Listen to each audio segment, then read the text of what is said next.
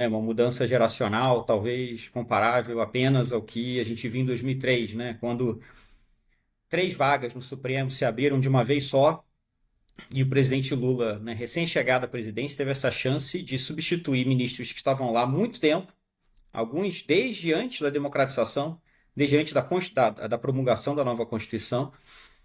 E, embora aquilo tenha sido uma versão muito acelerada de uma transformação, porque foram, né, três importantes que representavam muito do passado que saíram, e três de uma vez que chegam com um novo presidente, né, da esquerda, pela primeira vez desde 88 no poder, guardadas as devidas proporções, eu concordo com a sua comparação, porque não aconteceu de uma vez só, mas se a gente pensa nessas três vagas, nessas últimas três indicações do presidente Lula, e a gente pensa um pouco no perfil das indicações do presidente Bolsonaro, desde, na verdade, da indicação de Alexandre de Moraes no Temer, né, e a gente pensa no que elas têm em comum, acho que está se consolidando um tribunal que é mais político. Primeiro, acho que a oposição aqui não é técnico-político, né? Eu acho que essa é uma maneira ruim de colocar a coisa.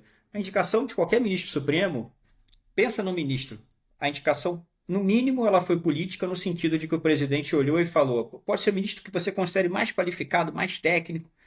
Se foi para lá, é porque o presidente olhou e falou: vai ter apoio político, não vai me causar problemas que eu imagino que eu possa evitar agora, né? O que são os problemas variam, mas essa é uma pessoa que eu entendo que passa pelo meu crivo como presidente da República. E vai Mas, desenhar o Supremo de um jeito que eu acho que deve ser desenhado. e Portanto, vai também uma ainda. avaliação política. Essa é uma segunda possibilidade que geralmente está em jogo também, que é eu tenho uma visão do que é a Constituição, eu tenho uma visão do que o Supremo deve estar fazendo, e essa indicação está alinhada com isso daí. Num terceiro sentido, é político porque, às vezes, não é a primeira opção do presidente, é quem ele conseguiu indicar considerando como é que estava o Senado, como é que estava o Congresso, né, certas audiências que ele tinha que agradar. Pode ser político no sentido até de sinalização, né? Se o presidente Lula decidisse atender a demandas importantes que têm sido feitas para que indicasse uma mulher, por exemplo, ou uma pessoa negra, isso também seria político, no sentido de que é um juízo mais amplo que o presidente está fazendo do que o Supremo deve representar para a sociedade brasileira, né?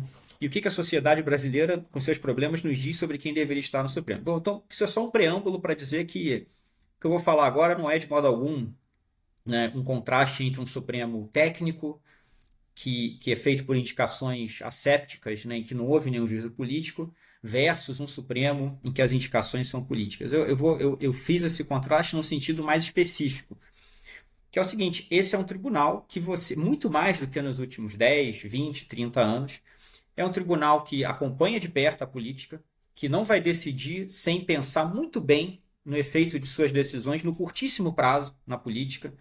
É um tribunal que ouve recados dos outros poderes públicos, informais, é um tribunal que dá recados, então é um tribunal que está nessa interação cotidiana e que precisa ser lido e entendido dessa forma.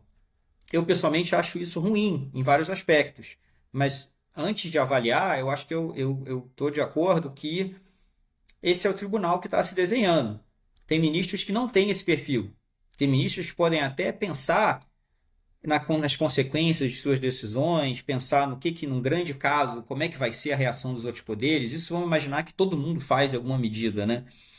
Mas é a diferença do que eu estou dizendo para isso, é a diferença, por exemplo, entre o perfil da Rosa Weber, né? O perfil do ministro Fachin mesmo, e o perfil de ministros como Gilmar Mendes, como Alexandre de Moraes, né? Como o caso do Jorge Messias, se for confirmado pelo Senado. Então, acho que é nesse sentido. É um tribunal que passa a operar muito mais próximo do funcionamento diário da política cotidiana do Brasil. Acrescentando duas coisas, Diego, veja se concorda. Também um tribunal que dificilmente rejeita temas que chegam e que pouco tem dito de, não, esse tema deveria ser regulado desde o princípio pelo Congresso Nacional ou pelo Executivo ou pelos órgãos técnicos. Estamos vendo agora questão de medicamentos, por exemplo, o Supremo inclusive discutindo como é que se precifica medicamentos, e tantas outras questões em ADPFs ou processos estruturais.